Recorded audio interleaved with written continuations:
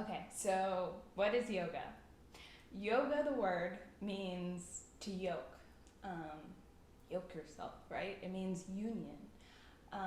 In psychological terms, in psychodynamic, psychoanalytic, it's an individuation process, right? Individuation, this word, I think it had to be from Jung. It is to unsplit the psyche, right? The splitting of the psyche is when you look at something and you say, oh, this is good and this is bad. You know, you've split. When reality, everything, I don't know if you can see my shirt, but it's a cat yin and yang.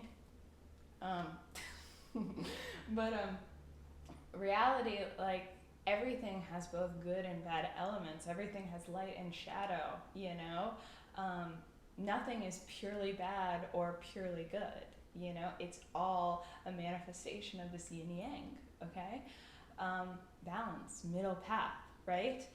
So to individuate is to come to wholeness in yourself. You know, you stop seeing good and bad in the outside world, you stop seeing good and bad in yourself. So this is what yoga is taking you to. And a lot of people think that yoga is like this physical practice, and it is. That's the third limb of the eightfold path of yoga. Okay? The eightfold path of yoga was given to us by Patanjali. I'm sorry if I pronounce anything wrong, but he's who wrote the Yoga Sutras, and he's called the father of yoga. He was a sage, and he wrote this amazing practice. And its goal is to take us past. I just see a chip on the floor. Sorry, that's so not cleanly, so not yoga right there. It's to take us past our misapprehensions, our mistaken interpretations, you know, the things which cloud our judgment, our obstacles to our path of awakening, right? And these have been conceptualized as the 4 branches of Ayurveda, and they are basically, you know, misapprehensions which cloud our perceptions, things that we our perceptions we can't see right because these things are clouding our perceptions, and therefore, so there's asmata, the ego. So this is like, I'm right, you're wrong, you know, I am me, you are you, we are separate. This ego, this like only seeing the ego, right? Being trapped by the ego, not realizing I'm more than this. There's Raja, which is what we've been talking about a lot in the Sodom and Gomorrah and the Aquarian Impulse videos, where it's like the fires of Kalsanati almost burn you to burn off your desirousness, to clear the karma. Okay, it's when you are desiring for your own ego rather than something greater. You know, on the hero's journey, the hero always humbles himself to the gods. Okay, that is how he makes it through. You know, and if he doesn't, he is lost at sea. Odysseus versus Jason, right? So wanting more than the universe is giving you. You know, the universe has given you what you have, and you must make do with that. And to be like, I want this, I want that, they say this clouds your perception. So there's also devesa. I'm really sorry if I pronounce these wrong, but it's a rejection. You're rejecting things, you know, you're rejecting things that you don't understand. Like your enemy, you don't understand them. Why is the guy below, you know, so crotchety, whatever the word is for it, you know, why is he so grumpy? Instead of, you know, being like, oh, well, he had this and that happen to him, maybe he had this, you know, having, you know, judging it rather than trying to understand it. You know, maybe he had this tragedy happen 20 years ago and he never recovered, you know, he's just a human. You know, your enemy, like if you hate someone because they're, you know, either on a different side of the political aisle than you know, or judge them rather than try to come to understand them. And then the final one is the hardest one to see, which I'm definitely going to pronounce wrong. Adinmivesa. I don't know, but it's fear. It's fear, and it's the one that shows up on every level, and it's the most hidden because, you know, our fears we usually project outwards. You know, we hide our fears from ourselves, you know? We hide from the fear and the fear hides from us, you know? So I think a really good way to see this is like things that trigger you, you know, even if this is your mom, the way she says something, or someone that you meet on the street. If someone says something that triggers you, you know, even if it's your mom, maybe she started this fear issue in you, but it is your fear now. You know, if someone on the street says something that really gets you, you know, you have something there. You have fear there. You have something that that gets you. You know, this every time you are triggered, just use it as a red light of boom, boom, boom. This is a fear I can heal. This is a fear I can heal. What's underneath this? What am I projecting onto the other? You know, if you were at peace with it, you wouldn't project this anger, something onto the other. And what this last branch asks you to do, instead of projecting it onto the other, look inward at yourself. And where is your own fear? Where do you need to be healed?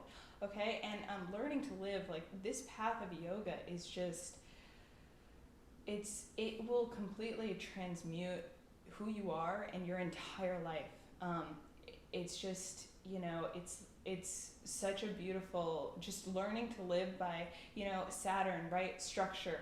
There are good structures. There are structures which can nourish us. And this is what the Eightfold Path is. Now, I can't say that I perfectly live by it. You know, I definitely mess it up. But having that to always come back to is nourishing.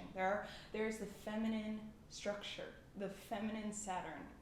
And what yoga, through this, what you're getting is it's asking you to be what you're getting. That's un-yogi again. But what you're getting, what you're receiving from this outward practice is it's asking you to be conscious. It's asking you to awaken, to live awake. You know, my teachers, which I will put, which I should have given them credit in that Key to Happiness video I did. I gave my Angelou credit, but it's because when I went through my yoga teacher training, I read every single one of my Angelou's autobiographies, so my memory got really mixed up between what I learned in yoga and what I learned from my Angelou. Oops.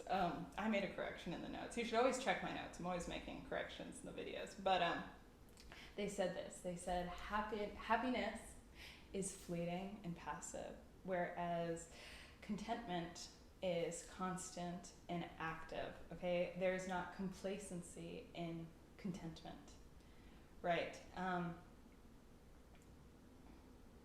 So the 8 limbs of yoga are meant to be practiced in the order that is given. So what I want to do is I want to have an experiential sort of learning. We're going to go through the 8 paths in each video and take your time with it, because these are meant to sink in. You know, I think do 1 video per week and really concentrate on that yama or that niyama that week. You know, truthfulness. Really try to be truthful that week. You know, just take it one at a time. Don't try to do it all at once.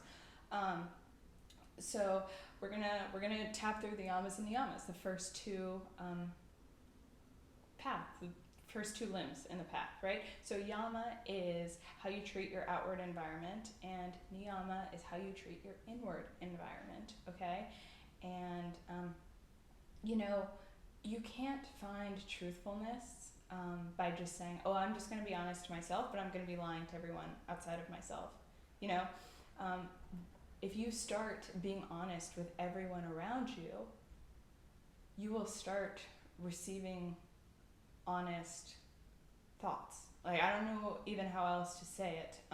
This was my big awakening experience with the yama and the niyamas. Awakening doesn't have to be this thing where it's like, I'm getting downloads from the universe. It is living in a more conscious way.